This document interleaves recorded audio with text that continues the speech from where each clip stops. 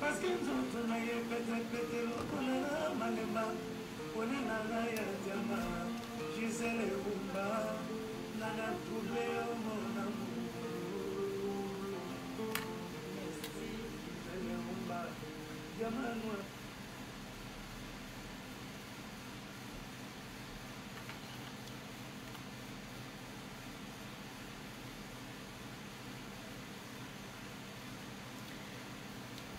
Bonjour, bonjour, bonjour, bonsoir, bonjour peuple congolais, bonjour, bonsoir, ça dépend de Tobana, heure Bokota, la Gisèle Rumba, Diamant Noir, servante Nabino, voilà. J'espère que le son est bien. Oui, Pablo Sita, bonsoir Nayo, voilà. Ndenge Tolobi, Bozana Kati, ya antenne Nabino, ya liberté d'expression avec Gisèle Rumba, Tozo Zelabo se connecter. Nazo Zelabo Kota Ebele, Koto le Bela Makambu ya Mboka, et salut moi tant. Ouh, félicité Wateko, bonsoir Nayo, j'espère que ouais, j'ai les kaki bien. En tout cas, toujours Zelabo Kota, vous se connecter, vous partager vidéo. Maître Jackson, c'est pas le mot na présence Nayo, on a ébiqué, osa parmi ba intervenant Oyo, yo Kokota pour intervenir Makambu ya Mboka na ba sujet Oyo, to copé sa torrent Bedika. Voilà, bonsoir Nabino, surtout Oyo, Bolandaka, Gisèle Rumba, Diamant Noir TV, Tozo Zelabo se connecté, na moni bozano ne belete, na Zoze Labino, Toza na temps, Toza vraiment na temps, et sali moi temps et belé, to kutani, te poto vanda boito so la talamosi, to kutani mingi te pati. Donc, wana, voilà torrent, yebisa bango bakota, poto banda masolo ya Mboka, en tout cas, lelo, tolingi invité mon côté, Diamant Noir lelo, intervenant, azala ba intervenant bino nyo surtout ba peuple congolais to solola makambu ya Mboka ndenge bomoni to komi na titre na biso situation actuelle na République démocratique du Congo oyo peuple congolais nyo surtout ayebi en tout cas tozana bino elongo biso nyo surtout ba peuple congolais toza pena na besoin na bino to solola lelo tozana ba sujet belé to kolobela makambu oyo ezoleka na kati ya Mboka mais avant que na bandolo ba yango na zozela na lingi ba kota nanu poto banda kolobela. Oh, les alliés pays n'habitent sans gouvernement. Ils ont continué toujours. Bongo, tous na makambu ya minembwe. Tous alliés na makambu et belé tension politique en RDC bande. Konanga bokota tous sur la Mboka. Diamano atanga ya kezalaka Mboka. Donc, oh balinga Mboka te déjà babandi ko bima. Oh balinga mama Mboka te babandi déjà ko bima. Donc, oh balinga Mboka babandi ko kota et belé babandi ko kota po. Tout le monde a participé. Les autres, on a 3 minutes. Diamant Rauti qui a biso pour tout analyser. Makambo ezoleka. Vraiment, na Congo na biso. Tomoni makambo oyo na kati ya Sénat. To banda na monde to bandara po to ozela bokota bozokote bete. Na bandara koloba nanga to zela susu bokota ebele. Po nazomona ba partage na binote nazomona te nazozela. Donc nazela na temps. To ti la bino na nzembo po bozela tozi le temps tozi la rabat bakota pona moni bozo kota te tozo tianze momoko to yo kabiso nyo surtout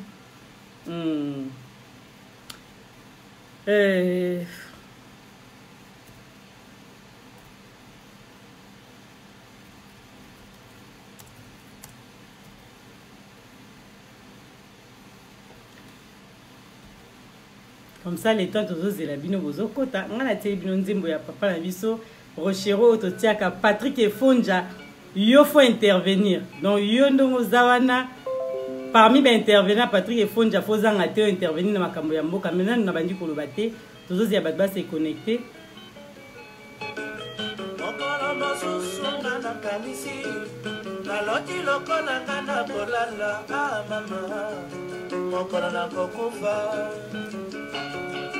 mais Diamant Noir a posé au coup faté mais toujours à rendre au bon au coup fa pour biso to coup fa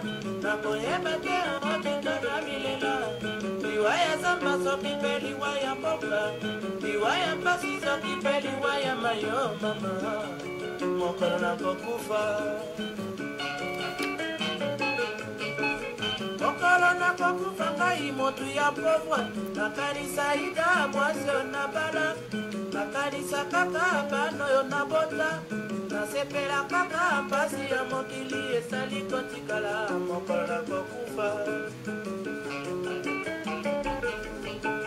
mokolo na kokufa ngai motu ya mbongo nakanisa palanga mingi oyo natiki nakanisa lopango na bakaminyo nakanisa bananga natinda na poto mama mokolo na kokufa nayebi ke lobi toke misala moye tozwa temps ebele nayebi ke mingi oyo bazali bato ya australie baza na bango na ntongo bamaître jackson nayebi te kuna boza aire nini bino bato ya mosika boza nanu bandeko bolimbisi mpo diamano ya miso ezosala mpena mpasi nazosupporte kotala bino boye te nazoka mpasi me tokosolola ndenge tomisana kosolola me nazoka mpena nde nazotala bino bandeko nazoka mpena miso ezosala vraiment mpasi mwa makasi bosupporte kaka boye so mpo nazomona bino bien vraiment te me nalobi boye tobandi makambo ya mboka tolobi makambo ezoleka na rdc oyo peuple nyonso tu peuple congolais bandeko olie bokota namoni bandeko bazobima nayebi te qu'est-ce qui se passe toza na besoin bandeko bakota bazonga bandeko na biso bazobima nayebi te soki balingi lelo batala émission te nayebi te pourquoi bozobima olieke bokota maître Tchoura Mboma yo pe faut intervenir donc nazobala baintervenant oyo bokokota lelo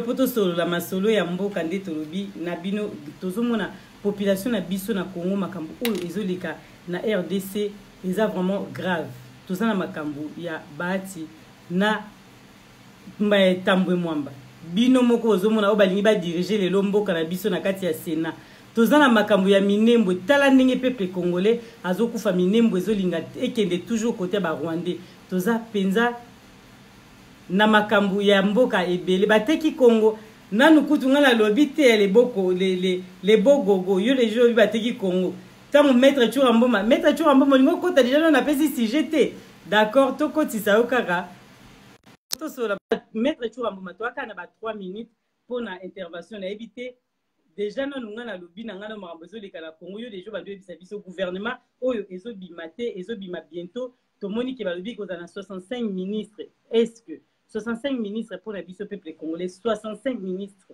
budget ya mboka eza est-ce que c'est important maître Tchoura Mboma vanda pena na position bien pour yo expliquer biso donc enfin na position bien hein liboso les intervenants liboso ezali yo alors dis pardon comme on m'envoie 65 ministres au bazobima na Congo démocratique oyo bakobima soi-disant na budget ya mboka donc kesa liboso yango na ebandi pa Tchoura Mboma aibisa biso Tchoura zala pena na position batala pour bazotala zela na pena position bien mais totiki on a sa position bongo zonga Maître Tchoura Mboma azwa position bien bonga zonga po tozana bandeko ebele oyo bako intervenir na likambo oyo etali mboka lelo tozana makambo ya masekite tolingi vraiment bobongama bino surtout nalobi téléphone eza ouvert na tout le monde donc ozana 3 minutes au koti ezali débatté bandeko diamano rabandeli lelo eza débatté ke nani aleki nani tozo analyser ce que peuple congolais lelo à venir ya Congo et kozala lobi rose to kozala toujours noir ndenge tozo mona makambo zoleka ezokene na mboka est ce que minembo ekotika na kati ya Congo na biso RDC likambo ya bahati na tambwe mwamba lelo tomoni bauti ko bimisa oui papa na ngai na moni yo déjà na moni yo Stéphane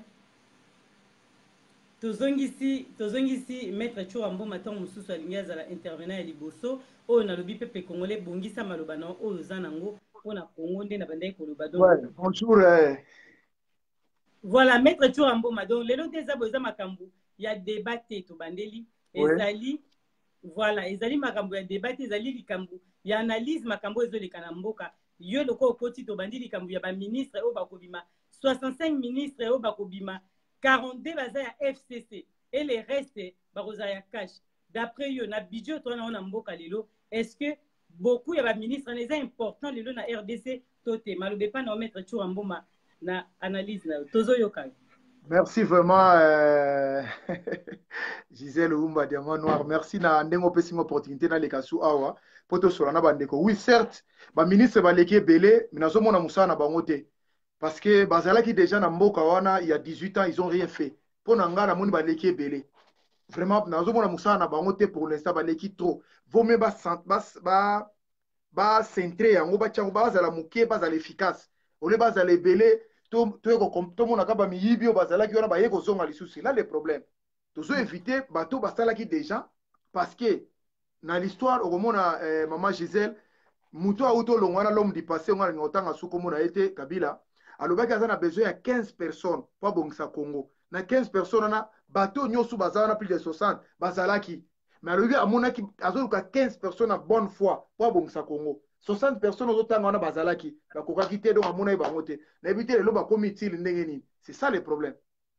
Mais loko eza yango na problème na biso oyo Kabila bakidai ko to mona ba réseaux sociaux ezoleka tangu baki kokutana na Félix Tshisekedi bango mibale po basola basilisa na makambo na bango nde bayokanaki po gouvernement ebima mais tangu Félix amoni yango alobi nini po na makambo ekoleka ya gouvernement tangu yo lobi pe non je crois que asololi yango parce que soki naza na idée muke moi fuite kozala ke asengaki bango 3 non na gouvernement na bango mais na batu na ye batu oyo ya FCC mais batu oyo basala te bao basala déjà te bazaka na moi antécédent muke jamais bakokota lisu na gouvernement ya sika te donc ba renouveler bilongi ya sika donc je crois que bilongi oyo tokomona sikoyo malgré bakozala kimvuka mais bakozala mwa bilongi ya sika mais de temps à temps tokofiltre bango kolongola ya mabe totikala kaka na malamu tokozela ngo ti mokolo nini minembo ezokende maître Churamboma yoza pepe congolais ozomona minembo yo tokotaki yo mwa moke mais totuna bandeko bobongamaka oyo baza na maloba telefone eza ouvert et ndenge maître Churamboma aza epermettre modosa akota na ye tolobi boye makambo ezoleka na minembo ndenge ozomona minembo ezokende parce que peuple congolais a se focaliser mingi na makambo ya Sénat pona nini président ya Sénat bima Bahati na Tambwe Mwamba mais en même temps tomoni ke Bahati a travaillé na Kabila pendant bambula zaki ministre est-ce que lelo eloka malamu akosala to Tambwe Mwamba oyo azali déjà ba américain balingi kutu te akozwa kutu visa ta kende kuna donc makambo za nango ebele déjà na kati ya nini est-ce que makambo ezoleka na minemo ndenge bazolinga babotola biso yango eke na kati ya barwanda toza obligé kotala makambo ezoleka ya Bahati te wana intoxication ya bata pareko bata vengwanda lukuta babotola minembo te lukuta eza na parti moko te etandi ya Congo oyo kokolongwa na moyo tozomona boye bakongole oyo akala na bakongole elo ne miso efungwami boye yo ndi pela bakobotela biso minembo batika intox oyo vengwana nazoloba ne chaque fois camarade ne wana azokoma premier ministre atika makambo oyo ntango na koloba babandi kofinga na se nalobi boye Tambwe Mwamba Alexis c'est un criminel pourquoi Alexis Tambwe Mwamba aganga en Afrique numéro 1 à l'époque alobi j'ai abattu un avion de lac qui a mené 550 passagers ezaki avion ya ba rebete maki ba bato bato wana mosusu bazaki pe ba leader ya famille na bango bazaki bato vi na bango bazako compter ba vi na bango lelo bakenda pona tata wana nazozala dimala komona mutandenge wana aza pe sans soni nde balobaka nayebi te le ridicule ne tue pas ayepa ya kozala président ya Sénat ne bela ba sanction tombé sirie akobima te visa kozwa te aza na bongo siko na Sénat na biso d'abord kozala crédible te bozwi criminel de guerre botie na Sénat eza crédible te eza soni honte pona biso ba congolais tolanda makambo do yede ato longola ye papa Bahati FCC les gens ne comprenaient pas FCC ezaki loko Kabila te ezalaki groupe ya bato basangani yango basala ngo FCC Bahati les autres consorts mais mutu azalaki na bato ebele ezaki Bahati 140 et quelques ba députés donc azo mérité kozala ne président assemblée et puis na kosala na ye ndenge asala na passé na ye aza pena na ba charge ebele te hein ba charge zolanda lourd charge te par rapport ya Tambwe Mwamba donc to sepeli na ye asala nano yango wana mais pona minembo parti moko ke Gisèle maman ndenge osala émission tolanda ko partout za suivi na yebisio kolanda batangwanda te kolanda batangwanda te na batangwanda te tozola na makambo zoleka na mboka bango bazokosa likambo na bata ya ADP soki ADP wana ekokende mokolo nini namoni limbisa pona parenthèse yo ndi pe na bato baza na front ya guerre kuna bazwi bato bazaka na Bruxelles bavantire mibale esona na bokecho baosenga mbongo pona koyede mutu moko aza kuna na général moko aza na front pona minembo est-ce que ça a sens yo za si pena général aza na fond concentré na fond azotala ba technique ya mboka akeno pesa position na ye na ba individu libanda po apesa pe mbongo et pa bato mibale madova na bindo Ce sont des montées de toutes pièces. Mboko yekendete. Certes, yo ndimi ke République etiki batwana. République na biso Congo minembo eza na Congo te. Pour anika minembo fwati kango kende mboka musute. Lukuta mama. Bato bazolandanga bazala tranquille. Ce sont des intox. Et puis, lelo Kabila soka kutana Félix, ce n'est pas un problème. Kabila kutana Jean-Pierre Bemba. On est allé Angelo, Kabila kutana Muzitu. Azalaki Angelo, Kabila kutana bango nyo. Azalaki Angelo. Lolo yoko le komi à Félix, ne komi ki démon. Tala ba photo zo sur l'internet.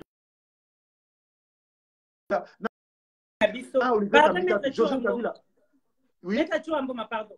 Bandeko bozobenga biso na WhatsApp totie numéro ya téléphone o eza wana likolo ko benga na numéro mususu te ko benga na WhatsApp te so oza na besoin ya ko intervenir na makambo etali mboka mais benga biso na numéro o totie wana bosenga na numéro totie numéro ko benga nga na WhatsApp te po ekokata parce que le même téléphone yango tozo sa na musala. Merci pour la compréhension na bino botika ko benga na WhatsApp. Pango et osanga zoro bilele te. Donc ou bien odombo ndeko na wana donc d'où mboka ekokendete bato aza na minebo toza na bango ensemble biso toza makamba basoda fu bakende basala musala na bango ndenge esalama kona makambo nzambe to ndeko makamba bato oyo nzambe basala musala po mboka ezala kimia. Ça n'a rien à voir avec les pour na laki na likambo za koloba na kata mke po na okutana bato nyonso akutana président de la République, c'est normal. Kabila aza démonté mutaloba makambo wana papa na biso muzinani muyani oyo nani muta kolo lamuka mukoto solo kino to leka bato balobi na mingi nzoka nde muta pesa komba lamuka na Félix Tshisekedi siko mukolo nango alobake Kabila akozala comme tout autre citoyen yo ndimi soko ezalaki lelo Fayulu mutazaki président akutana na Kabila te lukuta mama alinga kutana na yeto ngoto le kaka eza politique bato bazwaka politique lokola babitumba nde bakanisaka te politique eza likambo ya ba compromis eza likambo ya kosala ba alliance ndenge baeti asalaki na Kabila lelo se retirer na ye. C'est comme ça la politique. Congolais nyo sa komande ka politicien azoloba oh ya azokanisa mais makambo eza mususu. Maître Churambo ma poto bimiso pour l'instant mais na WhatsApp mais bandeko babisa toujours émission diamant. Na yebisio bata pare ko ba otika lote batangwanda. Bandeko bazo ici ko benga na WhatsApp mais ndeko zo insister ozobebisa émission moninga c'est vraiment pas gentil parce que tant tobi bo benga biso na WhatsApp te poto za na même téléphone wana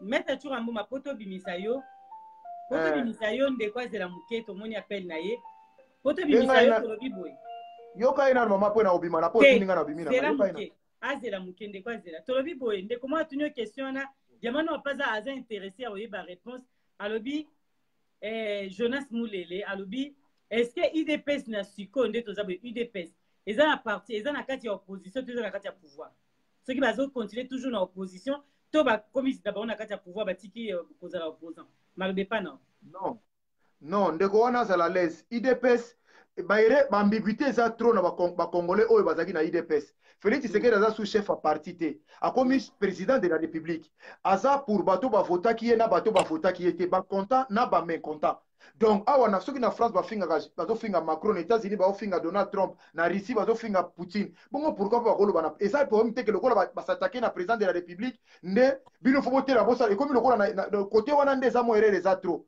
eza toujours UDPS toujours eza na pouvoir mais eloko moko ya tuninga te atunanga te ba voyu oyo batelemaki derrière ba bonnet rouge bandoki moko boye bato moko ba ko sala ko bebisa sur République bato balati ya bonnet rouge boye bato na kati na bango te intellectuel azate bango nyonso tu wana moni okana bango tu ameli diamba bauti bangaba ba mombele banchangu wa misu bauti kotaba bani toza pena mambo bela mboka me makambo oyo yozo bimisa eza lisu makasi tangu yo moni nde tolobi Maître Churambo ma eza débatté mais tango moni ndeko wana telemi alobi maloba nyonso alobaki ke azokoto yanga alobaki même émission en tout cas bandeko ya Roumanie bapesi bino mbote bele mpo nazongaki déjà naza déjà na Paris na bino elongo bandeko ya Roumanie batindi bambote balandaka bino ebele balingaka pena bino ba peuple congolais nyonso tout babina komisa mbote na bango donc Maître Churambo moza parmi bato bapesa mbote tolobi boye tango voilà bapesi mbote tango ngapela pesa mbote bata Roumanie na linga bango mingi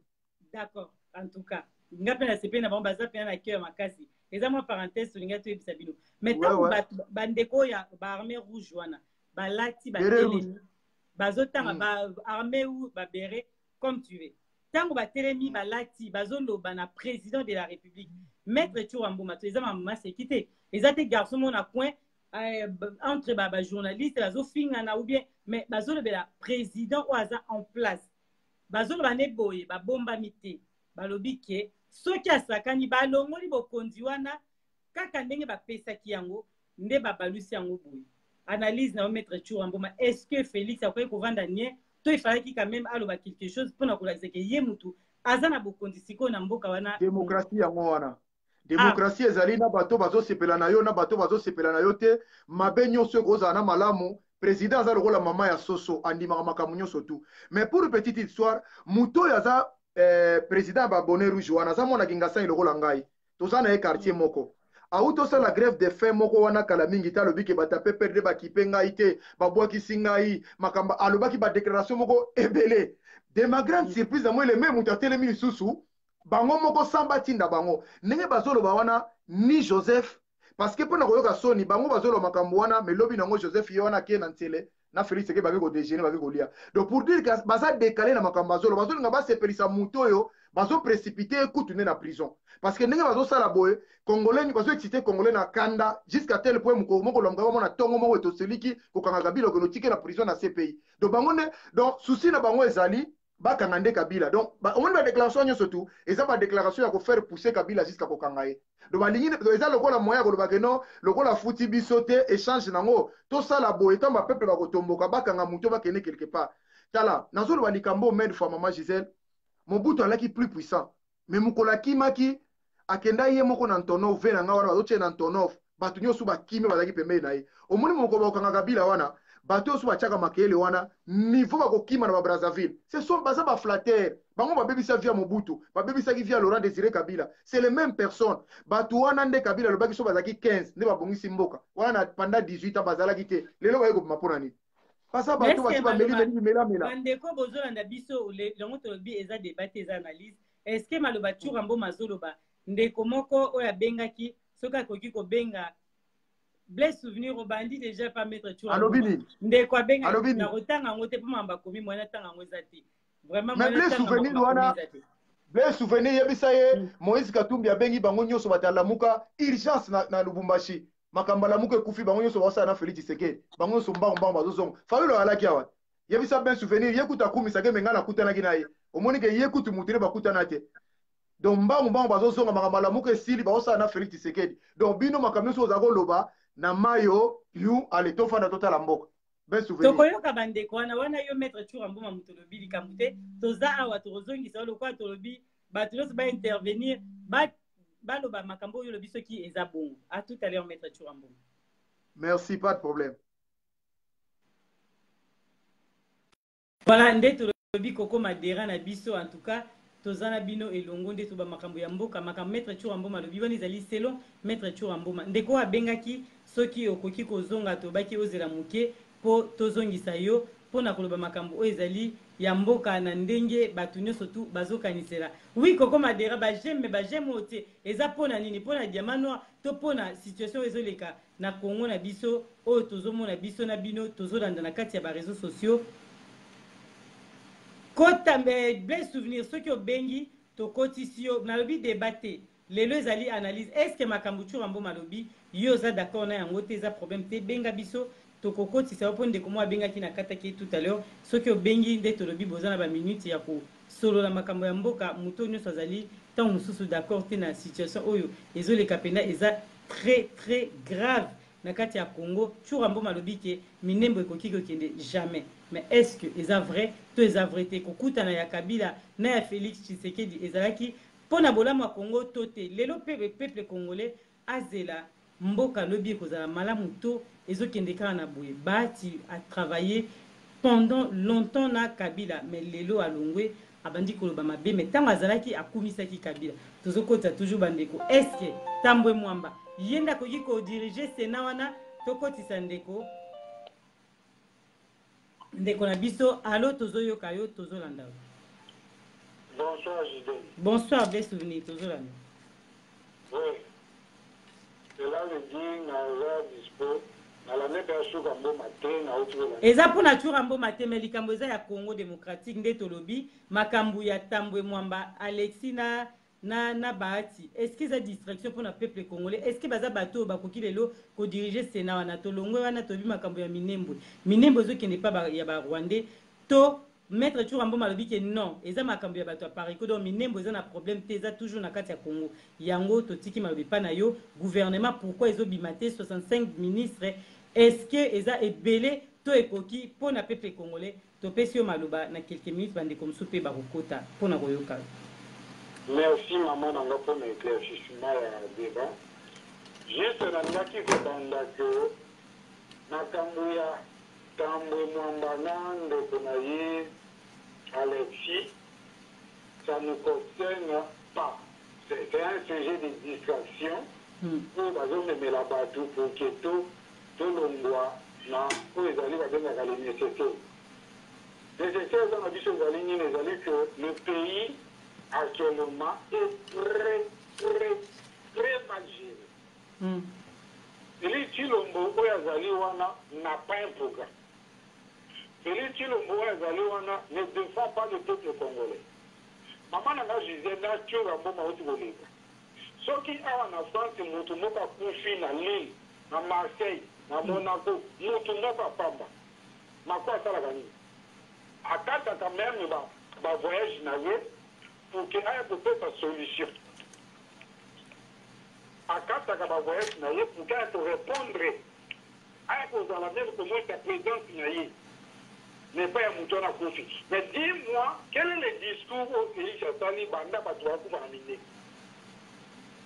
Sur la bombe à Kokoï, il s'agit que Félix, oui, a tapé des gens, mais ça lobby, trop c'est trop. Avant la Judée, Banda Félix a Kofi, à Koti, na aide on a Minembo. Plus de 600 personnes à Kofi. Banda a Félix à Koti. Mais au moment où Félix a donné la champagne na Kabila. Au moment où Félix a fait anniversaire na Ouganda. Azokata gâteau. Pendant que bazokoma bato na Est. Tout ça deux gestes wana. Yende kona biso sura mboma. Soki na famille na baza na matanga bato bakufi. Sura mboma vraiment ninga za wana akokende komela matanga. Atakuta linga matanga. Esa komela matanga. C'est-à-dire, en tant que président de la République, il va vouloir comme sauver pour ça la paix. Mais le président nommé qui est là, ceci n'est pas qu'à Azambo Alia. Bana Moko italien, peu importe ce qui me propose, pas de Bobika, italien. L'essentiel, attendre un tapis rouge. Voilà pourquoi je ne sais pas si c'est tout, il y a pour voir la mine à Makambo Yaba, Tambwe Mwamba, Banani. D'abord, nous connaissons que FCT est majoritaire dans le Sénat. J'ai un Bango. Et ensuite, grâce FCT va la coalition. C'est-à-dire, Sangana. Dans tout le monde, IDPS, à la opposition, tu as la majorité. FCT, à la opposition, tu as la majorité. Bango, on a la carte de majorité, on a la carte de opposition. Et alors, Makambo est allé Bango, où est allé gouvernance Naba, où est allé Tambwe Mwamba, où est allé Félix, où est allé Bango, on peut aller pour résoudre le parce que Bazo Sala, une majorité. Les autres années, bateau, tous souffrent dans le Boka, toujours pour ça, chaque jour. J'ai une vidéo, on a balancé dans Facebook, dans la page Nanga. Nous avons ma maman, ma bonne à 13 ans. Et maman, nous avons c'est l'État de la Kanamboko. L'État c'est qui? L'État c'est Félix Tshilombo. Parce qu'il est le garant des institutions. Garant des institutions. C'est-à-dire, ceux qui m'appellent beaucoup quelque part dans le village Nabiso, il y a Congo, Félix va dans le Taliboso, il y a causé ton. Donc, qu'est-ce que Félix qui fait? Donc, pour dire que Minembo, oui, effectivement, il faut qu'il décide. Parce que Minembo, ils allaient na Congo. Bato oyo baye wana ba rebelle rwandais wana ezamboka na bamoto mama na Judée. Oui. Toujours là. Nous avons compris pour toute question parce que vous allez journaliste vous présentez votre position. Mais totalement réflexion Jiden azali koambula ngai te parce nazobamba yo kaka tribi koambula ngai Jiden azali moto ya bandundu est-ce que Jiden balobake naza moto ya bandundu il fallait koréclame yango ke non bazomenase nga na mabele na nga bandundu il faut opesa mabele na nga bandundu. C'est-à-dire la maison de Jiden ezali eloko Jiden akoréclame yango te ndako ya Jiden ezali ya ye on a connu ma créneau te nabelela mondialement ekotala ngai kuna bazoboma ngai na ndako na nga te bopesa ngai ndako na nga te. C'est-à-dire les banyamulenge bazalaka na Congo te ce sont pas des Congolais eza bato bautaka na Rwanda bayaka refuge na 1959 premier lot baye refuge na 94 deuxième lot eza bato baya koya bapesi bango mabele. Est-ce que biso awa na Congo exemple na Bruxelles tokoki kobenga matonge wana ekomi torekame oke ekoma ete ya bacongolais? On ne peut pas dire que matonge ekoma ya bacongolais malgré que nous occupons cet endroit, malgré que nous sommes majorité na matonge, malgré que topesa yango kombo eza na Congo. Tokoki korekame te que non nous sommes matonge belge, torekame te que non biso bopesa biso mpe mabele ya matonge ekoma ya biso. Nous sommes des Congolais, nous avons la photo, nous pouvons réclamer ma belé à photo. Dernier mot que Rwandais, nous pouvons réclamer ma belé à Zaïti. Donc, sur ce point-là, tout le monde a dit parce qu'on ne peut pas, parce qu'on la carte ou on a dit, parti on est à ma belé. Donc, Minembwe, ils ont toujours nabiso elongo, voilà, et Kolongwa na Congo. Po bat bazolo be mingi makambo komi makambo ka ya bati makambo ya Minembwe elali tout le monde angolo be onte neti mettre toujours en bomba ndenga lobike eza nango toujours na Congo aniza ba distraction za makambo ya batu oyo ya ngwanda mutu bazolinga bakota ngo me biso tozola ndiza makambo ezoleka na Congo. Merci blé souvenir en tout cas oza toujours wana toko malobano ezaki nini po tokota ndeko msuto kozongisa ozala toujours en ligne pour lelo tout le monde intervenir. Minembwe ezali ya biso mezali menacé. D'accord. Il y a batu moko boye bazo menacé yango bazo créer rébellion. Cela veut dire na kati ya bitumba to na mibeko ya bitumba président de la République a déclaré que la rébellion rwandaise qui attaque la République démocratique du Congo. Parce que les soldats à Rwanda, le Rwanda, c'est une agression. À que les membres au niveau de l'ONU, pas besoin d'autorisation, à que les parce qu'aucun pays d'autres alliés à la Belgique peut pouvoir m'appeler pour faire français ou pour ma français. D'accord, bien souvenu. Tout à l'heure, Roson a dit sous papa Langai. Ok. Merci. À tout de suite. Kata kuna tozwande comme sous.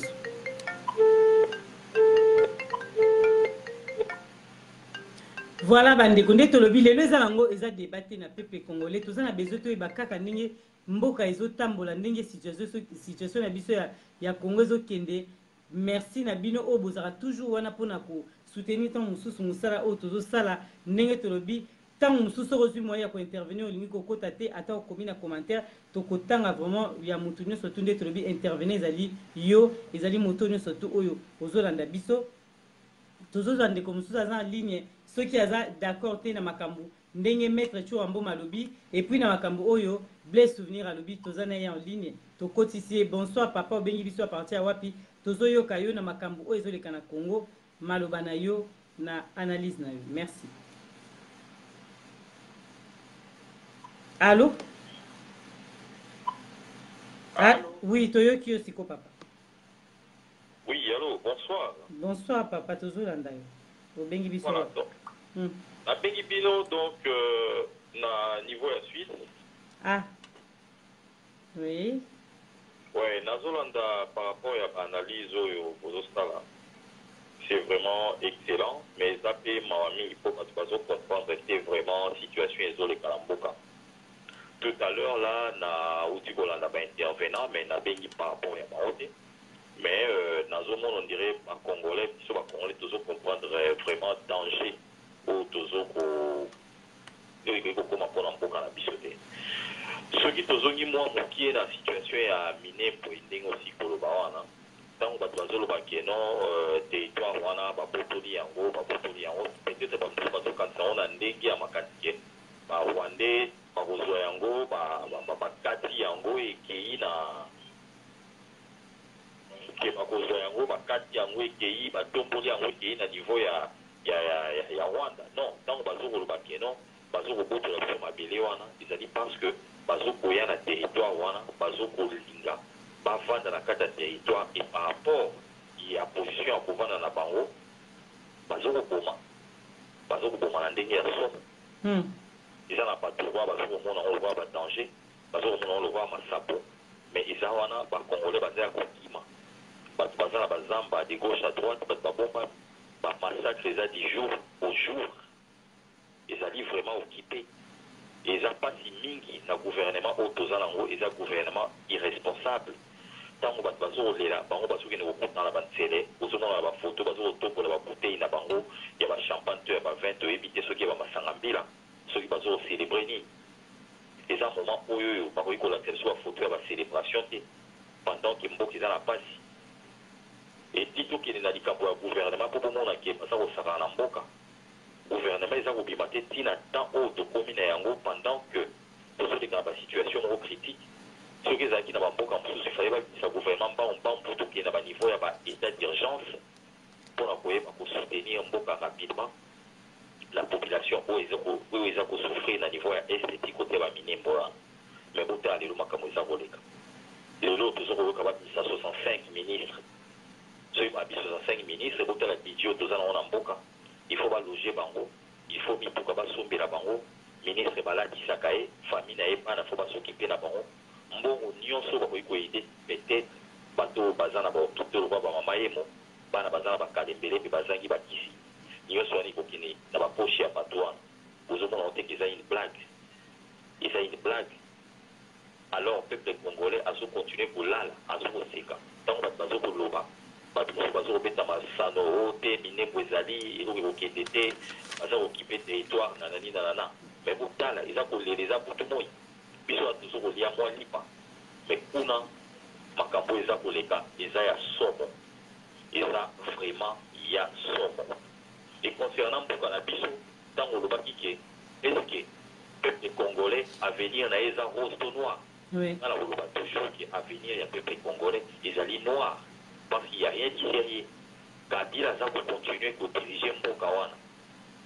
C'est Kabila qui est derrière le président Félix Tshisekedi, le président de Bachaki wana. Mais par exemple, il y a un président, mais le président fonctionne c'est le Congo. Donc, c'est normal. Le Congo n'a pas de président. Mais Kabila a dirigé mboka wana.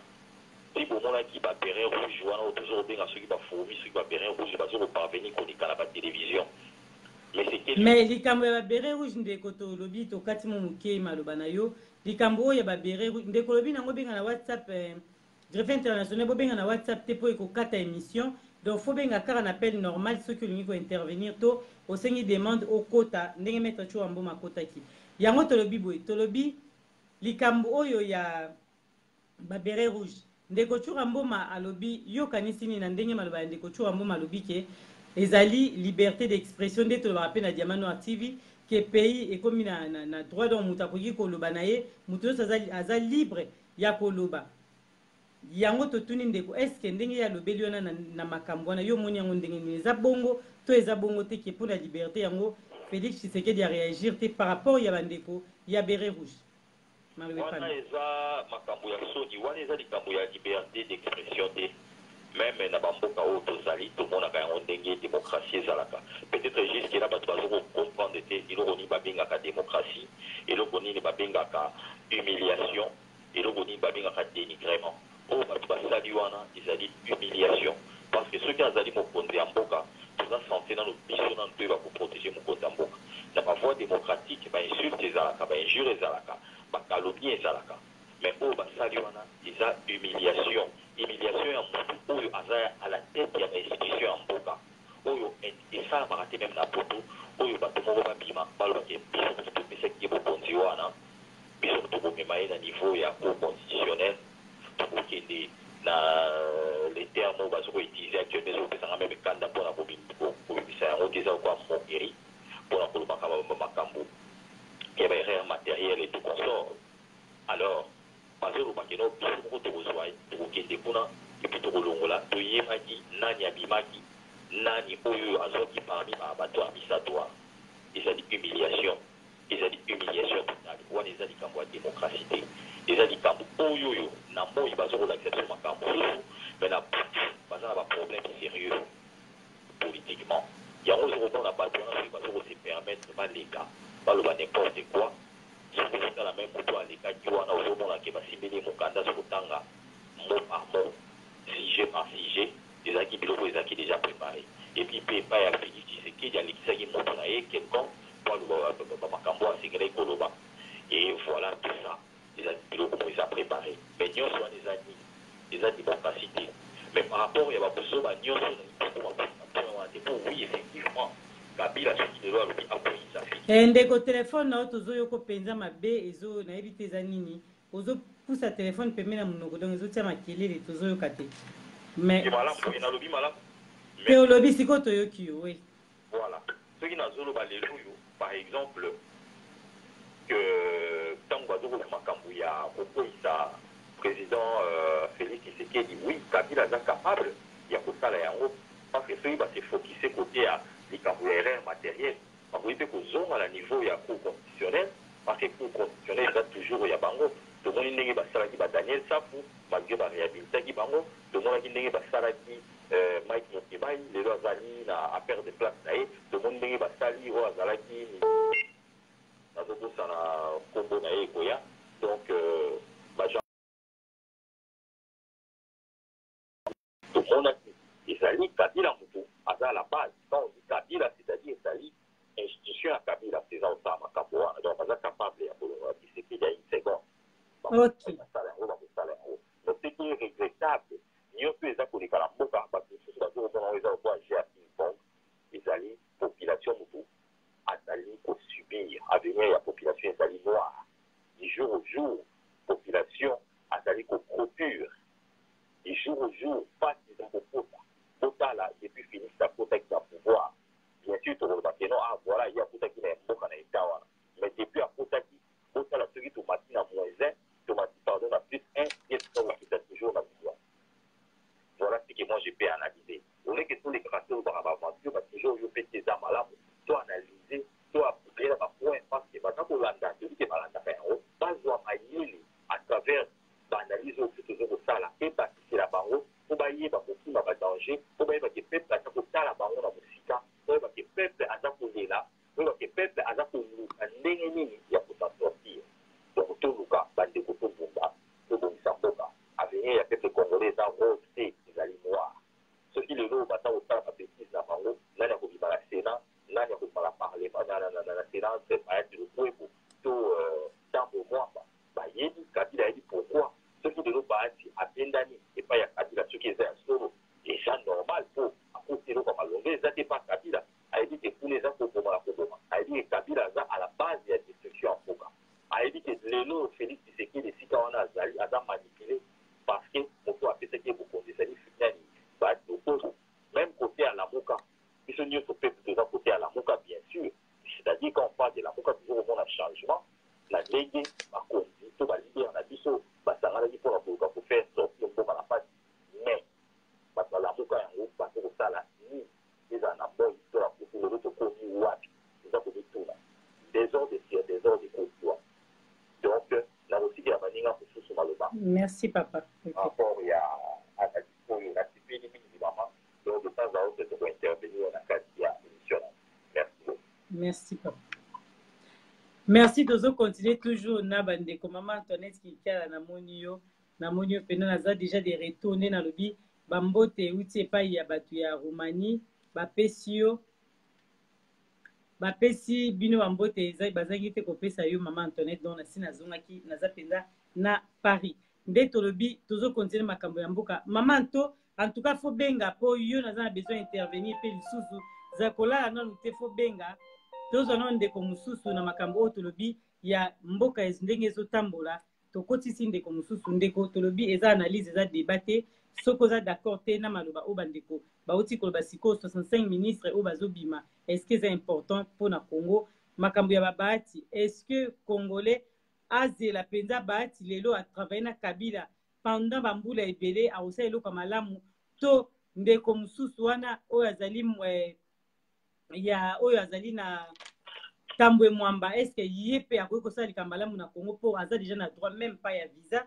mpona kokende lelo atravaille na sénat bandeko maloba totiki tokoti ndeko totie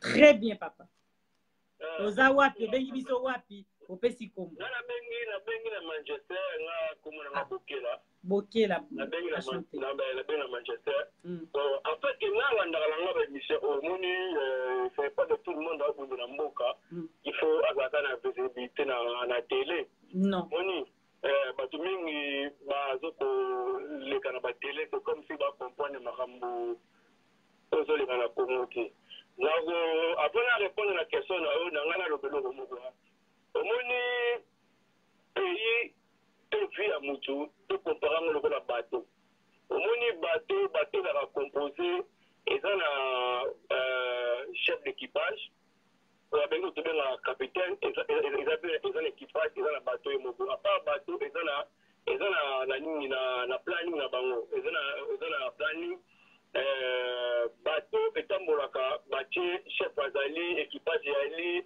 baza na planning na bango tokende place boye tokopema place boye lobi tokolonga lo tokende mais omona bato soki olongoli capitaine ya bato ekofanda na port ebouge te ate otie équipage soki capitaine aya te bato efandana ebouge te mais soki mpe otie capitaine otie équipage mais baza na nini na planning te baza na papier moko te oyo ozolakisa bango kote bakende kote bakotelema bato ate lungu ebalobaluka ti epele kokwea soki wapi baoyeba esika bakende te eza ndiye kongo lelo kongo no niveau komi toza et c'est comme si eza pays moko eza gouverne soki omoni c'est comme si bato bazokamba kongo lelo c'est comme si baki préparé ti yango moni chaque fois soki bato bakritike omona kaka bato baza bato bazala bafanatique omona oyo te bapusa exemple moboye mobutu mpo asalaka boye kingani katale mpe asalaka boye kabila asalaka boye wana eza baargument moko bidon soit boza na opposition soit boza na pouvoir soko opininga lekamba bahati asalaki interview moko alanda ya bahati azopesa bato planning na ye na wumela na politique depuis conférence nationale avant conférence nationale nasala boye na service congo depuis kala mais bahati ntango azoyo baservice congo depuis kala mama bila eza nini c'est pas problème ke oserva mboka kala bila c'est quoi yo omoni na congo lelo bana basite examen d'état basete pousa basepese pousa bakatebe mais bazokoka me koexprime te même kokoma mpona bazokoka te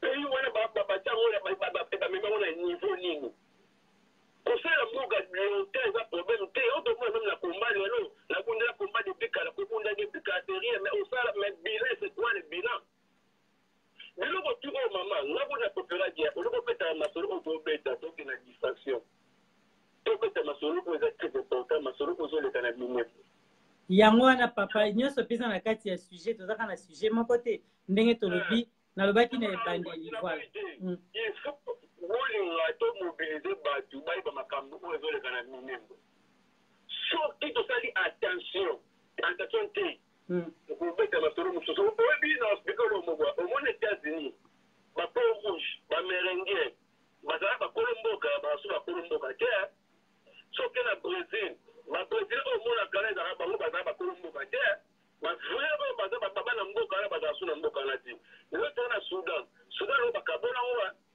so tosi ba IRSS tosi bamboka ebele bima bakosovo donc alors soki biso moko toza distrait denanga video moko ete koleka na états-unis barwandi basali video moko bazoreklame mabele wana minembwe babiki biso babantu toboma bango eno oni mpe tozangaki bakongole omoni bitumba oyo tobunda esi babitumba oyo ya bavideo te Faut qu'on a occupant maintenant l'administration. Tout pour qu'on la Union européenne, pour qu'on la Maison Blanche. Mais bon, on va faire le lobby au bas de pas de toi. On ne peut pas le gavant, on a besoin sur un même bassin. Sur un bon maï. Tenatune na loka na bisa débat mais okoki koloba est-ce que yo ça d'accord na makamba lobby to te za problème te. Peut-être les politiques, au moins les politiques, à l'élo, bah, tu m'as dit que l'on n'a pas comment commis. Moi, quand même, ben, nous sommes qui ne pas gouverner mon camp. Et puis, ceux qui ne vont pas, ceux qui ont ces plans, on a évité ceux qui ont Tanzanie. Est-ce que le pays peut pas beaucoup de gens en demande? Tu fais 6 mois, 7 mois à gouverner mes amis. Ceux qui ont fait argument, le bio critiqué par le bio Belgique, avant la année. On veut qu'on gagne la démocratie à Belgique, la démocratie au Congo, vraiment. Congo, miliki dans le lix. Où est dans le lix? Tant qu'on peut dire sur le liberté d'expression. Moi, je comment on va dire à maman. Mais, la démocratie, c'est le cas, il y a un embouteillage à autour quand la police est moko. Moi, je vais pas essayer. Est-ce que il y a ça, il y a vraiment la porte de Bossano? Nous avons comparé, mais le mot est comparable. Et là, vous voyez ça là qui ont des policiers, on a fait un embouteillage à la policiers. Est-ce que la France de la Belgique a payé pour avoir fait ça? Un président de la République qui est dans ma bérée. Pays où on a été gouverné, pays où on a été battu, on a été capitaine à Zate. D'accord. Pays où on a été ceux qui peuple à télémité à Bengala Batouana, tout est dans la Félix, et dans la Fayou. Parce que tout au moins, ma leader politique, tout est dans tous les politiciens. Il faut moula moula bête, le moula moula noué, Batouana, tout va dans la bas, tout comme moula bango, tout le cabat nouveau leader politique. Parce que tous les gens, tout va dans le même problème. Ok, papa Abisso. Merci, le Colobi, tu as le même problème, vraiment. Tu as fait une analyse, mais zala toujours wana urozonga to kotsande komsusu yo poko kozonga na yo tout à l'heure pour eza pona biso na peuple congolais, d'accord? En tout cas, merci maman. Ok. To kotisi greffé Edimampo, merci pour le partage na moni, merci na pas intervenir. Soko bengi et kozape malamu les gens qui to kotisi greffé international bongama po mutunu eza na senga na za likolo pona intervention na yo na makamde to lobi 65 ministres na mboka oyo eza na budget ya 5,6 milliards ndenge bandeko mosusu bayebisi diamant noir eza mpenza mingi na budget ya mboka mpona kozwa 65 ministres mpona basala nini 42 baza mpona FCC et le reste baza mpona cash. Maloba epai na yo greffe international tozoyoka yo. Oui, bonsoir Maman Gisèle Oumba, Diamant Noir. Bonsoir Père Andéconé sur la vision. En tout cas, ma question on a voulu poser.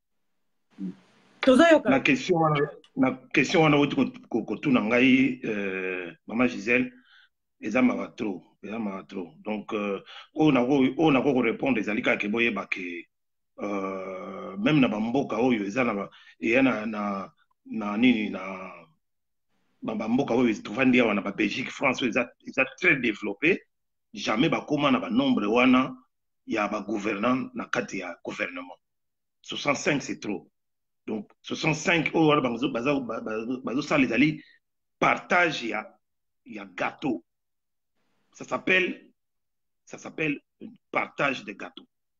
Ils a partage ya gâteau. Baye po hein ba sala ki cop na bango et simbi sikoyo il faut cash, IDPS, FCC, PPRD, bon, tout Kaboul. C'est toujours les mêmes personnes. C'est toujours les mêmes personnes au Bazaki, gouvernement où il est surtout médiocre. C'est toujours les mêmes personnes qui vont revenir pour le partage du gâteau. Donc, le peuple là-dedans n'a rien, absolument rien. Donc, le peuple congolais, ceux qui comprennent, la distraction. Pourquoi attendre un gouvernement na Congo sous Félix Tshilombo? On ne peut pas, pour des gens normaux, nous ne pouvons pas attendre un gouvernement, élection c'est un gouvernement du même régime et de la continuité du pouvoir. Kaka bango wana bato baza kozonga, les Mende, les Bochab et consorts, tout ça, ils vont revenir. Parce que, ndeko na ngai oyo ya uti koleka sikoyo, alobi c'est un bateau où il y a pas un vrai capitaine, il n'y a rien. Donc c'est un bateau qui va chavirer, c'est un bateau qui va couler. Et dans tout ça, c'est le peuple qui va subir les conséquences, c'est le peuple qui souffre, c'est le peuple qui est mal nourri, c'est le peuple qui meurt tous les jours.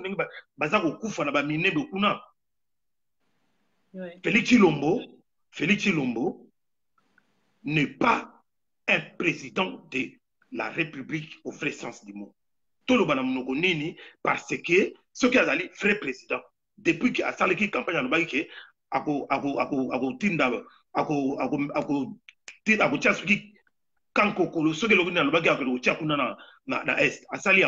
lelo na moni ba député ya est ba sengiye ba lobike si vraiment c'est un président qui l'aille asseoir son pouvoir à l'est à qui ne paye en personne qu'on s'installer à l'est comme ça au moins peuple on est comme à sécuriser. Nous sommes dans l'insécurité totale. Félix Tshilombo n'offre aucune sécurité au peuple congolais. Atie biso ba congolais na insécurité totale. C'est-à-dire, comme il n'a pas le pouvoir, le mafieux qui était là, hein, Hippolyte Kanameles, Joseph Kabila, bango ba pesiye bazako lo bayango ala bazotinda bambwana bango bazolo bango ala clairement que nous lui avons donné le pouvoir. Nous lui avons donné le pouvoir qu'il ne pouvait pas avoir.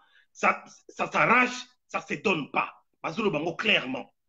Donc il va essayer et remarquer si koyo bazako lo ba distraire le peuple na bakamba ya oyo banani comment il s'appelle comme président ya ça ya nini ya Bahati makambo ya Bahati na tambo mamba oui Bahati tout ça c'est une distraction totale bazako distraire le peuple mais Bahati c'est toujours les chansons de même plumage quel est son bilan et quel est le bilan de la Kabylie n'a pouvoir depuis Bazui Congo depuis 2000 ans.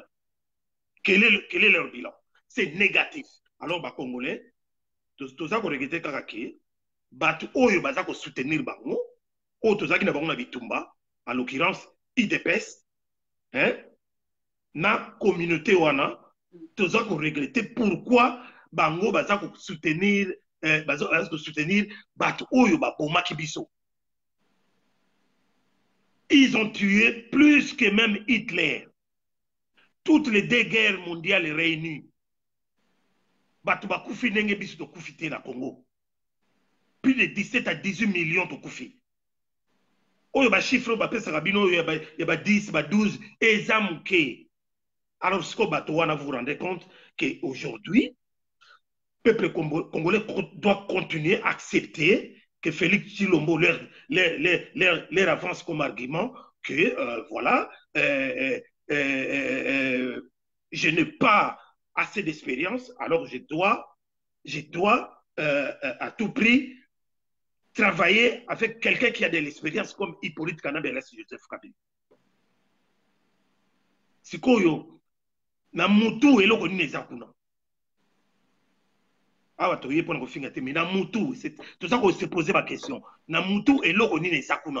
Parce que est-ce qu'il y a venir il y a Congo, est-ce qu'il y a venir il y a peuple congolais, lobby que vous avez la rose, que vous avez toujours noir, n'ingé, très noir, très noir, plus noir que l'obscurité. Parce que jusqu'à l'heure actuelle, ceux qui dirigent la RDC, ce ne sont que des mafieux. C'est la mafieuse. Donc, c'est deux familles. La famille Kabila avec les Tutsi Power et la famille Tshisekedi. Bango, Batu Bazako, prendre le peuple congolais en otage. Donc, il est temps que ce peuple-là se mette debout hein, pour dégager ce monde-là. C'est le moment ou jamais. Parce que, papa moko amemi mwana na maboko boye ya muke mwana mwasi ya muke qui n'a même pas une année na maboko auto bomayi mwana na muke asalini. Et est-ce que bato wana oyo bachuru ya mbemba bazali ko soutenir baza ko mona ba massacre wana bi baza ko mona te hein tango churu ya mbemba baza ko loba ke voilà liberté d'expression. Pourquoi ils ont fermé la RTVS? Ceux qui n'ont pas état de droit ezali. Pourquoi ils ont fermé la RTBF chaîne Yanani ya musique? Parce que médias n'engé yozali wana mama diamanoa. Bako kangu mnogote, yozo sala la média, yo ozali journaliste, il faut la liberté d'expression. Alors Churu Mbemba azonga aya ko expliquer bato pourquoi bakangi RTVS. Il n'y a aucun état de droit na Congo. Qui est la mafia? Qui est vole? Mais des propos toroito éviter tout na moi question en avant qui totikayo ozonga na osusutura sima greffe international mais tobi pourquoi kasbatiki ba bere rouge wana ba lo bandingi ba lingi ce qui était des droits exacts. Bon mais question no tuningai communique là clairement que c'est la Kabylie, c'est le FCC, c'est le PPRD qui dirige le pays là. C'est eux qui gouvernent. C'est Félix Tshilombo n'est qu'un pantin, un poltron, une étiquette, une marionnette. Donc, aux hommes il est obligé à Kangambouana Monoko, mais Bango, rouge, ce sont des Koulouna. Ce sont des Koulouna comme aussi les Koulouna, il y a Badep, il y a IDPS, ce sont des Koulouna. Donc, garçon, il s'appelle ce qui est chaleur, et tout ça. Donc, pourquoi? Parce que c'est eux qui ont la force. C'est eux qui ont l'armée, la police, la sécurité. Mais Félix n'a rien du tout. Il n'a rien du tout. Donc, il distraction. Gouvernement ou pas, et là, on ne rien du tout. Si on a mis gouvernement, ils ont pour bango, ça la partage la bango, il y a gâteau de message pour Iba, pour payer l'économie à Congo, bon, et mon analytique n'a pas poche na bango, budget. D'accord, de regretter, Zalana Nouana, ko bimate to zo ndeko na téléphone, ndeko na biso okoti, ndenge ndeko greffer lobike, soki ata gouvernement bimi ezana tina na biso te mais opesi biso kombo bengi biso wapi, et puis oyebisa biso, est-ce que vous êtes d'accord que lelo gouvernement ebima te ezana profit ya ba congolais te, malobe pas non? Oui, bonsoir maman Gisèle. Oui, bonsoir papa. Voilà. Na bengi bino à partir à Genève. Ah, Suisse, ok. Voilà. Nazolanda makambo ndebazolo baezo eza toujours na kati ya analyse na bamoni parmi batige oyo otielelo. Oui, azolo ba bien.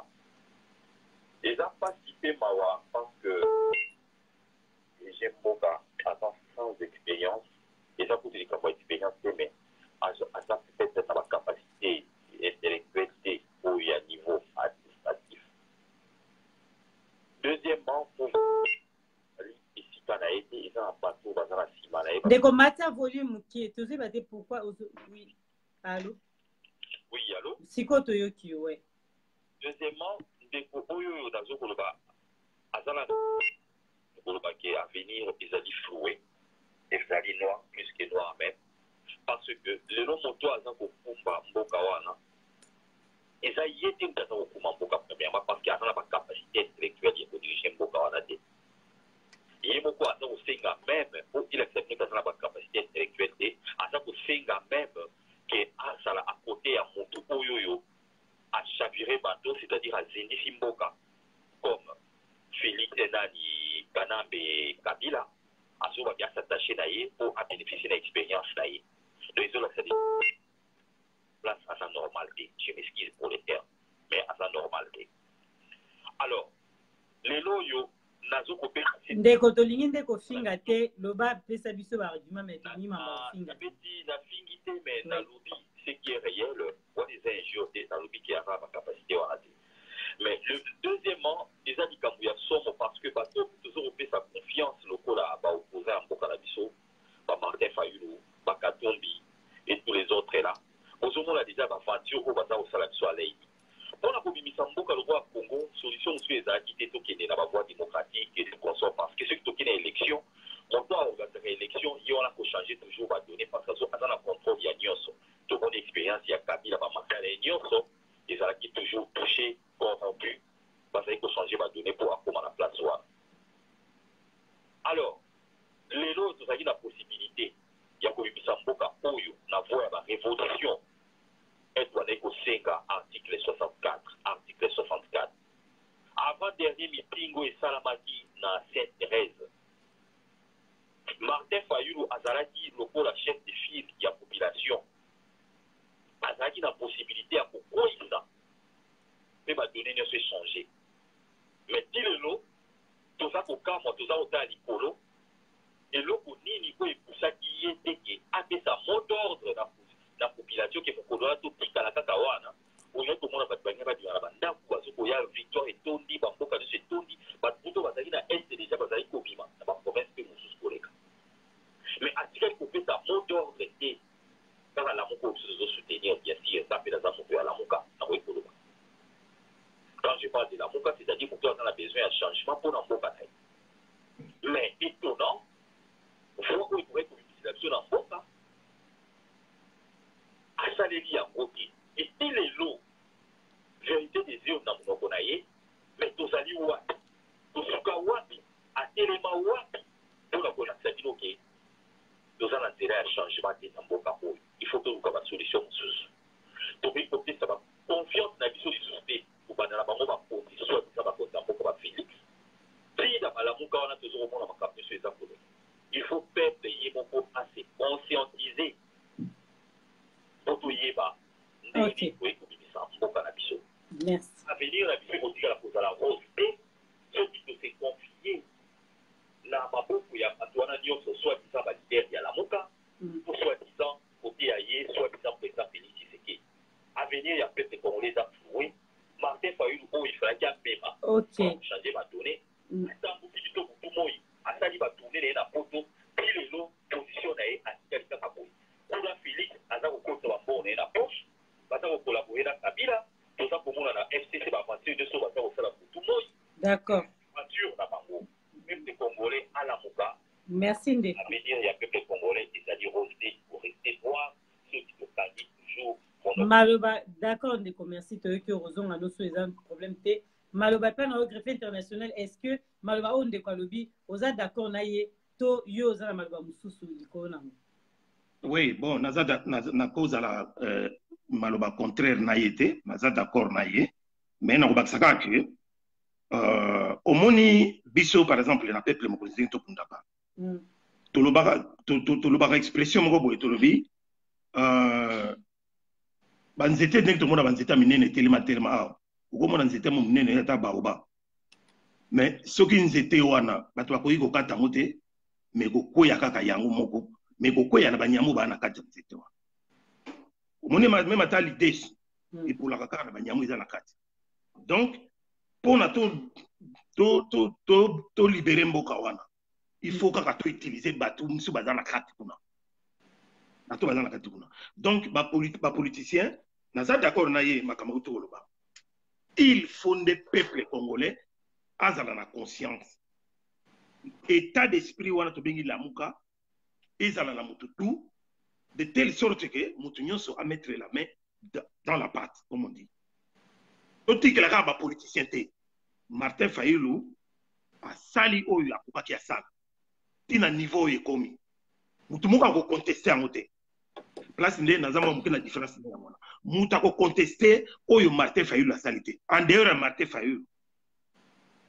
Na yebité ce qui politicien moko boyepe abimaki a lité ndenge wana. parce que ndeko alobi aza nsima na bino ndeko wana ndenge alobi ndeko alobi ke ye pas soutenir la muka oyo eza mpona changement mais mpona nini Martin Fayulu apesaki mot d'ordre te ntango bazalaki na Saint-Thérèse po mpe nyonso azalaki mpenza d'accord mpo abima libanda yango nde ndeko na bakisi mwa moke na oyo ndeko auti oloba malobi epa na yo toujours oui soki alandi bavideo bien soki alandi bafilme nyonso ata oyo ya Saint-Thérèse moso alobaki soki alandi yango bien akomonaki bamot d'ordre ezaki na kati et puis faut koyeba ke article 64 eza déjà mot d'ordre article 64 ezali article moko na constitution et salama pour être exécuté et appliqué immédiatement au moment où peuple congolais azali na pouvoir ya mutu na mutu peuple congolais nyonso aza na privilège wana ke soki amoni mutu oyo azosala mabe na mboka na ngai atelema malamu eza déjà mot d'ordre mais biso nde bapeuple congolais tozosela mot d'ordre toza nde na culture wana te ke neti bandibu banani oyo ke bana baculture wana ke soki bamoni eloko moko boye ndenge par exemple na Tunisie garçon wana mitumbaki moto mpo bapolisier baye kobotola ye babiloko na azoteka mitumbi moto mbala moko peuple atelemi mais biso tozomanke quelque chose ya ndenge wana mais Martin Fayulu il a pris quand même beaucoup de risques à revoir ma déclaration akomona ke effectivement ce qui peuple a dit suivre bien dans le 30 juin nana bimaki wa bien na muzito ba moto azaki wa problème na biso ezali et oyo ngana zo condamner ba politiciens ba canaliser peuple wana ba capitaliser ba plein oyo baza ko sala ba plein kaka wa plein asali plein bona eza na tina moko te eza na tina moko te loba ndeko nanga Patrick Fonja o azola na aola nanga yango ba plein eza na tina moko te il suffit tout simplement d'orienter cette population là vers l'objectif projeté objectif oyo qui peuple akende ko libérer mboka na ye atalisa peuple direction cité ya oyo ezali direction oyo palais de la nation ezali direction oyo kingakate ezali pourquoi bazolakisa bango ba direction wana il suffit balakisaka peuple ki tala direction oyo bino tu au lieu to que le meeting allez bona na biso koto to silera na bato mbala moko c'est ça que le peuple est en train d'attendre tozozela yango wana tozolinga ba discours o bona boye l'homme blanc ne nous sème na lobi en route en français munde na loba ke on dalinga loba en français mundele alingi bisote omoni oni oyo zali wana monisco bobenga monisco ça travaille pour les occidentaux ils ont fonctionné pour les occidentaux bato bazo boma na est wana kende ko tala bato ba monisco wana il faut rien bazo tala ndenge bazo tala attention ko benga ye bango bazo ya ba intervenir et FRDC soi-disant ba militaire na biso bazo tala bazo benga bango baza ko intervenir te bato boma sui 15 une centaine de personnes derrière maman mo azole la mona na ye mwasi azali ko tamiser soki loso soki ni mbambo ka zibala mutu mo kaza ko intervenir te yango na lobi le peuple congolais Félix Tshilombo vous distrait les tâches fonctionnent avec FCC il y a pas d'opposition na kati ya nini ya nini ya régime oyo tozana ngosiko IDPS cash IDPS ne bazoluka basala neti côté mo bazana opposition côté mo bazana présidence de la République ce qui est bête totalement bête on a tout monde même pas na mokili ti lelo oyo bazako bazali balimba rendre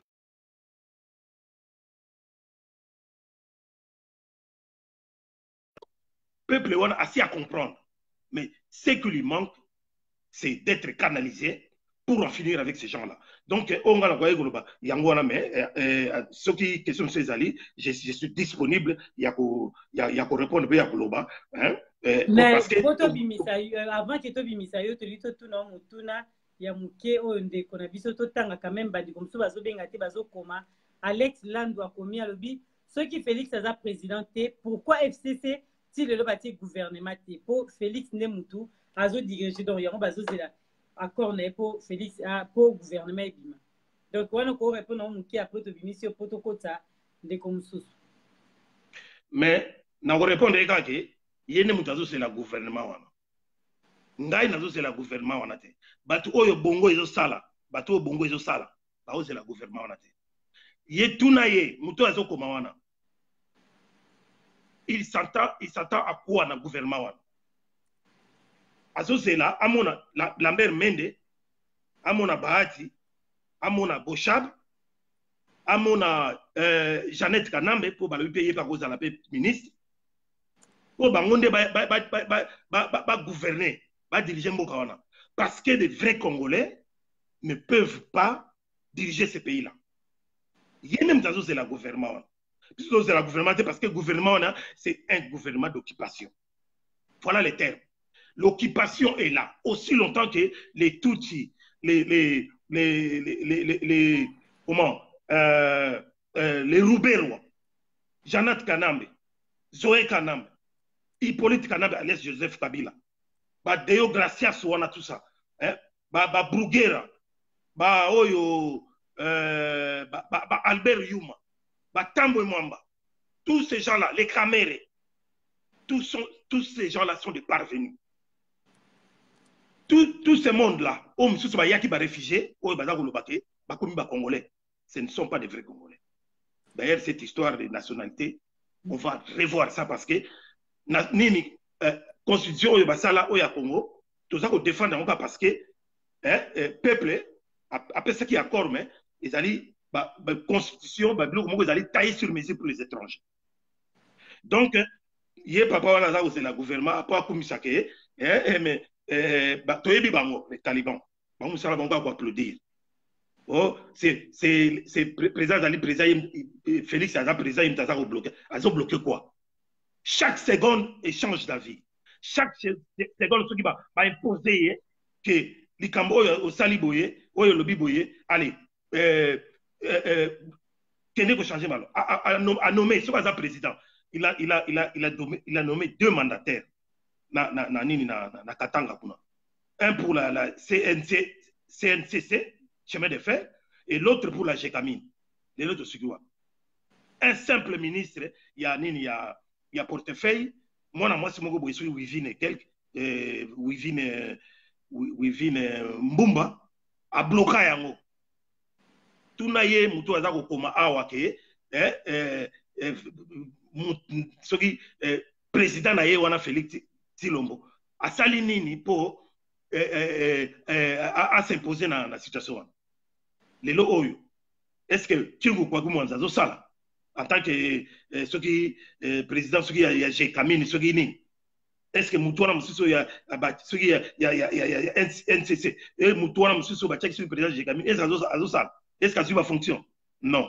Donc, Batika Koko, ça peuple congolais.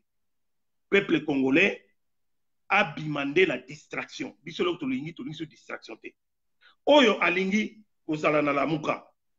Oyo alingi kozala na lamuka na ndenge ya bosolo poto libérer mboka wana.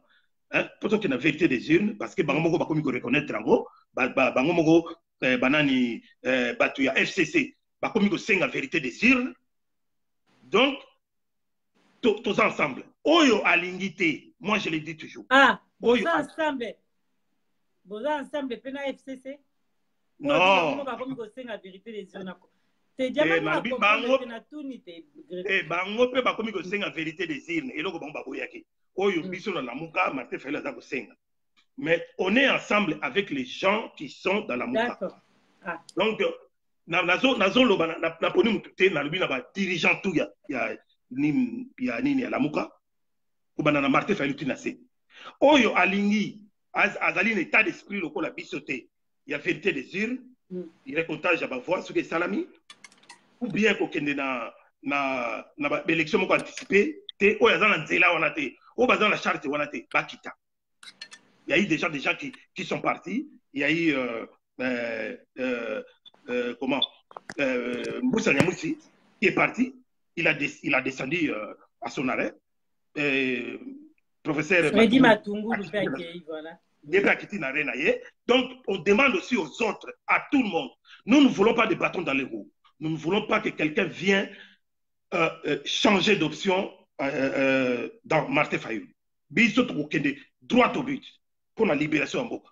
Oyo Alembi, il n'a qu'à descendre. Batebele Bakei, Franck Diongo, Oyo, Claude Claude Lubaya, Francis Kalombo et les autres là, tout ça, Kunyu Kwakumanza, Bango tout Bakei. Mais nous continuons à fonctionner. Et maintenant, il y a un blocage et gouvernement. Le véritable blocage, c'est la Moka. Ce n'est pas, c'est ni Félix, ni Hippolyte Kadambe à l'Est Joseph Kabila. Les vrais blocages politiques, Oyo et bloquer Makambo, tout Namboka, c'est la Moka. C'est l'état d'esprit de la Moka. Il y a une légitimité. Il n'y a pas de légalité sans légitimité. Avant d'avoir une légalité, on passe toujours par la légitimité. Donc, tant qu'il n'y aura pas la légitimité dans notre société, ceux qui ont la légitimité, la Monga a simbi à bloquer, blocage ou anicotique à la CAC. Donc, comme si on a souka, voyez que calamingité,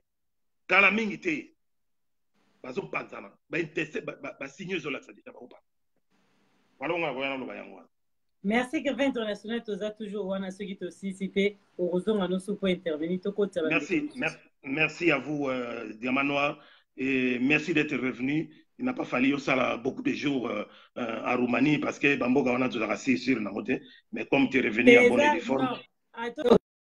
Pardon. Les Amboka qui au greffe international en tout cas Zazingoma. Les Amboka kitoko Roumanie donc ngase botuninga bokende no yese bino bokende bande ko baza ebele ba congolais baza ebele ezaki moi parenthèse ndenge greffe côté ici yango na répondre les cas qui bien ba image ba obali ba mona ndenge ni Roumanie zali bobeta na Diamant Noir TV émission eza kuna nde to laxina ndeko banzela na bango makamno surtout na kati ya Diamant Noir TV nde bomona Roumanie précisément na Bucarest ezali capitale ya Roumanie ba congolais baza ebele bandeko so sepe ko kene vacances o sepela mboka kitoko kolia malamu tout ça wana ezaka moi parenthèse tozongi na mboka po yango eza sujet na biso lelo te sujet na biso eza mingi na makambo ezoleka na Congo nde bandeko mususu bazobenga bakota nalingaki mama Antoinette nalingaki yo okota muke o intervenir mama Anto igeti neza na moni ozokoma lobi nini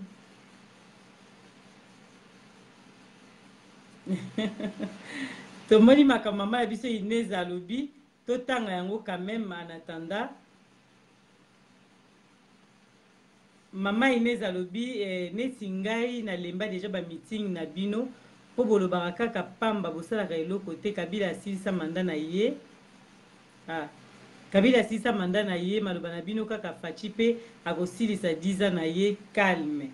Ok mama ya biso iget totangi maloba na yo oza nde tolobi liberté d'expression tout le monde aza na droit na ye tango yo moni ke yo zo soutenir na yo pouvoir en place oza d'accord na makambo nyonso ezoleka na mboka nde tolobi est-ce que likambo eza na mboka na biso tango yo zomona oza maman tolobi 65 ministres bazobima 65 ministres na budget ya 5,6 milliards d'euros oyo eza na mboka na biso yo zomona ke tout ezotambola bien rencontre ya Félix Tshisekedi na président oyo ancien président oyo alongwa déjà Kabila tombaki kokutana pona kosola pona makamba gouvernement ba ministre ba bima 42 ministres baza na compte ya FCC est-ce que ozo trouver yango normal pozali mama na biso na mboka eza problème te tozo sola mama mboka ndenge tolobi lelo otomoni deux gouverneurs seulement baza na compte ya cash et 24 gouverneurs baza donc deux gouverneurs tolobi parce que tomoni oyo lekaki na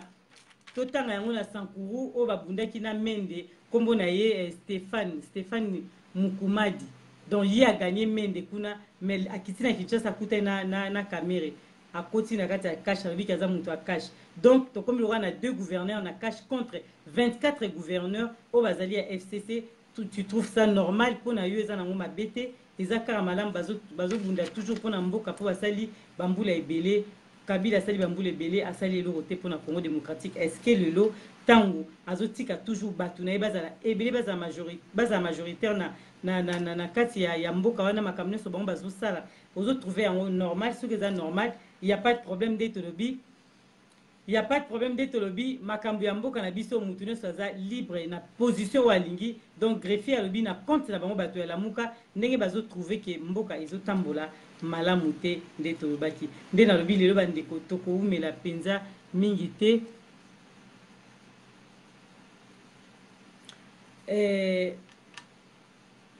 Alex Landu na répondre yo lisusu. Tozali wana pona mamamboka naza na posa te o bando tuna nga penza ba question naza na posa to bando tuna nga ba question donc soko koti na émission de tolobaka to so la makambu ya mboka jamano azawana nazo diriger kaka o ezali analyste ozo sala pona mboka ndenge nini mboka ezo tambola soko lingi ko poser nga vraiment ba question sala émission na yo o bengi singa o bando tuna nga ba question donc ba sima ko kota te po tuna nga ba question o ebelo zo tuna nga naza muto ya nani nazo sala musala ndenge ezali na kati ya mboka na biso Congo démocratique nde tolobi nazo kapenda pasi mingi bandeko naza na besoin to continuer mission mais miso ezo tungisa nga makasi so bomona ke miso na ngezo sala vraiment pasi nazo forcer po natala nazo ko kapenza te parce que miso ezo sala pasi mingi. Donc na yebi ke to continuer mission de tolobi toza toujours na Diamant Noir TV bolanda biso na YouTube bobetaka Diamant Noir TV nde tokosala baanalyse kuna ekozala pe malamu donc totikala kaka na Facebook te bolandaka biso kuna tokontinue kosola masolo ya mboka